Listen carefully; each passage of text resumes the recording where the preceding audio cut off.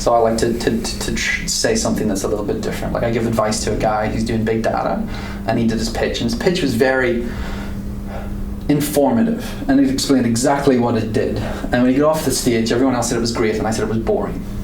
Because there's other people, and he didn't stand out, okay? And I said, look, what you need to do, it would have completely changed if you finished the turn and go, so, you got big data, you don't got big data, you got fat, lazy data. Just sitting there doing nothing, costing you money. Get it off the couch and outside and working for you. I said, and that line would have stuck with the people, right? It's something that is verbally shareable, that I can concisely put in a tweet, or somebody will send that message around. But before that, it just wasn't there. It wasn't punchy enough, right? So we have to move past the functional to the emotional sale, even though the function has to be there. Like if we're selling to a business, there's a business case. I have to give real value, and so that they can put a business case in. If I spend X dollars, my return is going to be Y dollars, right? So I pay this much for a service. The outcome of that service should be giving me this. There's a value that you, whatever you create, it should create a value for your customer, right? And then you should capture a percentage of that value. You know, somewhere less than half, probably. Depending on so that we get difference between the number of transactions. You know, is it a transactional system that happens like thousands of times a day? Then you can capture really little bits. But if it's a very a very infrequent thing, then you can't. You know, you're not going to make enough money with infrequent capturing this much value. But you can raise it up. But this also depends on the value. If we're talking trying to do a payment processor, we're talking $5-10 stuff. People are going to notice if you're trying to charge $2 on a $10 transaction. Do you know what I mean? But if this is hundreds of thousands of dollars, then that it becomes less noticeable. But the point that I'm making is your thing needs to deliver value. Okay, there are products that don't do this, right? So what was the value of the social network? It was hard to quantify. It was a speculative investment. No one really knew what it was doing. All they knew was that there was attention being generated. They were unsure how to monetize that, but they were like, they could see large growth. Okay, so there's a thing called the hockey chart. Now, there's a thing called hacking investors, about giving them the information that they want to see in the form that they expect to see it, because they're doing pattern recognition. And you go, you want an orange apple. Here's an orange apple. But that only gets you so far, because once they get past it, they'll actually dig into your business, and then they'll be like, hold on. Wow, the thing they talk about is the hockey chart, right? Which is traction, which is they go like this and then they go like that. Right, because they're investing for where does this end? Because this is the value point that I'm the speculative value up here, but I'm going this way. Look, I'm going this way. And if you can pitch here, it's a good thing. Now, if this also works for pre-product. So I can do a launch page on LaunchRock, which is free. Anyone can do it. Put a nice picture. Go to Canva, which is like $2. Anyone can use like Photoshop in the web. It's a great sort of Australian startup. Have a nice picture, put it in, capture people's email addresses. You come to me, you tell me you got 10,000 email addresses, I'm going to actually listen to you rather than telling me I got this great idea, everyone's going to want it, because you've no validation of that. So you think about the quantifiable signals that you're giving to people, right? Be that an investor, be that your coworkers, your employees. Like, I was saying to you on the phone about recruiters, that recruiters are an important part of casting the net and bringing them in, but the guy in the room still has to sell the employee why I should come work for you, right? The recruiter can bring the horse to water, but he can't make him drink the water. That's the guy in the room. He has to convince that guy he wants to come work with us. Now, if you're not Google and you're not Apple, you don't have piles of cash behind you, your pay isn't necessarily the best pay around. So why am I going to convince you to come work for me at market or below market rate, right?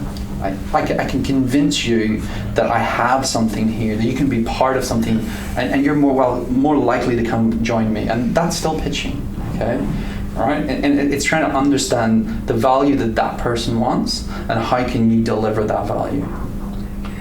So have you got any questions, or you want me to just continue waffling? You covered a couple on that I had. So if put it this way, if you wanted to do a startup, I would recommend that you went to, because this is very much startup focused, but pitching is important beyond startups, okay? Like I pitched products, multi-million-dollar deals, and that's still pitching, but it's very different, okay? I'm not standing there trying to be funny and laughing and trying to get people, I'm being corporate. I do actually own a suit and tie, I do. I've got shorts on today, but it's not appropriate everywhere. I'm suited and booted, tie, cufflinks, that may be appropriate, okay? You have to think about the audience and what do they expect. I need to fit the role that's going to get me through the end. You want me to jump backwards through a hula hoop? Not a problem, right? Because I'm goal focused. I want to know what I want the outcome, and to a point, I don't want to be a backwards jumping poodle all my life. But if that is worth it, I'll go through the hassle to get that, okay? But you still have to be realistic. Don't rock up and be like, yes, we're all super professional, and then they rock up and everyone's in dongs and t-shirt going, yeah, dude, get the beer fridge. It's like it's 10 a.m., dude. Come on, which happens, but it's quite important. So. Hey, you started a riff about value and going beyond the kind of functional to the emotional. So people do make emotional decisions. We are emotional beings. Some of us are more rational than others. Most of us try to rationalize our emotional choices. Well, Apple is a better product, right? It's just a better product, better design. In actual fact, it's more about how you feel. It feels better. I feel it better. You did the straight spec. Apple don't sell on specs. They sell on emotion, right? They're like you looked at the Microsoft. They were doing the Lumia camera, right? They rebranded the Lumia camera. It was a digital camera phone. It wasn't a phone camera. It was a camera phone. Then you got the best in class camera. Look at the resolution. Look at the spec. What Apple do? Show beautiful pictures. Said shot on an iPhone. Highly emotional images, right? Didn't just say we don't have the best camera. We don't have the best light. But look at the shots. The shots are good, and they picked the best shots. They got puppies. They got babies. Puppies, babies, and the other thing is not only that, but they try to make this inclusive group thing, like this tribalistic stuff, and they do things where they're like, you send in your photo, you could be in the next advert. Like somebody said to me, that's great, you should put that in for the iPhone thing. Like, come on. But it is, it's trying to create this tribe. Like there's lots of different sales tactics, but the point that I would make is emotion and value are the core of selling, the core of pitching, and the core of most business relationships. And that does not mean that the business fundamentals don't need to be there. That doesn't mean that the cost, like the unit economics, has to be there. But the unit economics is not sexy enough to sell anything generally. And you become commoditized, and it's a commodity decision. If you've got a brand, like brand is a hugely valuable thing, and all startups should be having a brand. If they don't have a brand, they will turn into a commodity. Okay, pardon me. Search engines aren't search engines. I googled it. Did you Google? You should Google that, right? That's a brand. That's what's that? That's nothing. But I've now it's in the vernacular that I'm going to do this. And you're like, oh, Snapchat me, right? But what does that mean? I'm just going to send you a video. Like I'm going to send you a video. Video me. Do you know what I mean? But these brands are hugely important, and it is that emotion, and it is that value orientation that they understand what they're giving, and then they're trying to wrap that up in an emotional aspect. They're trying to create this tribalized behavior. I'm an early adopter. I know stuff. Like Snapchat is deliberately hard to use. Right? Yeah. Right? Because there's an inside. We're in the inside. You need to work to come in here. You know what I mean? You need to work to come in here. We're the cool kids. Okay? In the current one at the minute, which is trending, which I quite like, is Musical.ly, although I'm a bit old. Probably one of the oldest users. But that's like lip sync battles, right? So you just lip sync battle, you can send it, you can battle your friends and get other people to do it. But there's a bit of like trendiness for this early adopter people, right? They want to be in the velvet rope. And then if you look at Facebook's over here now, right? Facebook knows it's over here. So what did it do? Bought Masquerade yesterday. It's over here. Snapchat competitor.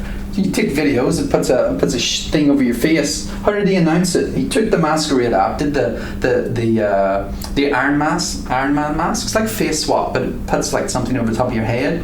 And then he's got the Iron, and he opens up, and the Iron Man lifts up, and there's Zuckerberg going, "I just bought Masquerade." Do you know what I mean? Because he's trying to, but he's wise because he hasn't tried to bring Instagram in, right? He's left it as a separate brand. I've taken the age demographics of each one of these. And the fastest growing over here, like I was involved with Starts at 60, which is a media site for 60-year-olds, over 60s, right, retirees.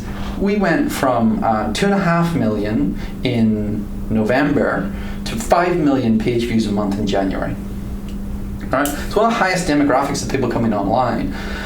Is this over 60-year-old? And, my mum and they're all on Facebook, right? They're not on Snapchat. So we start having this age demographics, and as you know yourself, you don't go to a party your parents are at, okay? It's just not cool. So we constantly have this, and Zuckerberg knows that, and he's getting these ones through. But he still understands the value that each one does, and he doesn't try to consume it and bring it in. He understands that brand, and he'll go through those. Like when you go through the Facebook adverts, you can pick Instagram ads directly in there. Horses for courses, who am I trying to target, what am I trying to do here? But the value orientation and the brand is extremely important. If you don't have a brand, and that's where the hipster comes in. The hipster's the guy, he's like, this isn't on brand, this isn't our field, this is what we want to do. Because you put things like short-term, medium-term, and long-term value, okay? I can do something today which will make money today, but it will impact my medium to long-term value, okay? I can do things, and I always talk about brand being super important, that whatever I do builds my brand, okay? And like, I have a personal brand. Everyone's got a personal brand, and I do like startup weekends and stuff, so people know that I'm full of crap and I like to talk. Some of it's useful, some of it's not. But what I tell people is, I'm just telling you what I think. No one actually knows the answer, because if it was repeatable, then everyone would do it, okay? Everyone's got their own journey, and a decision at a point in time, if I come back around again, may not be the same decision because there's so many variables. You look at someone else's path, and the other thing that most people do, right, and I've done it myself, is that you're here now, and I started here, and I'm like telling you that I did this and this and this and this and this, and you're like, oh, there's a path right there. And actually, I had no idea where I was going. I thought I was going over here, and then here, and here, and here, and here. But in retrospect, I'm a bit like, look what I did. I went from here to here, and I did these steps. And you're like, well, you do that, you get there. I'm like, not really. That's not how it works. How it really works is that I'm going in a certain way, and I have to evolve with the cards that are dealt to me. You know what I mean? Playing poker, you get a couple of cards, you see what's on the table, you're like, right, I was thinking I was going to go for 4 jacks, but I've only got 1 jack, and there's not 3 jacks there, so now I have to change my hand. So you need to understand you need to do that, and your pitches need to do that too, okay? You're like, I'm thinking I'm going over here, but I may not go over there because the total addressable market isn't that customer segment isn't right, okay? Like, I started off trying to do a consumer app, and then slipped to business, then we had some traction in business, and the consumer thing just fell away for a while, and we'll come back to that.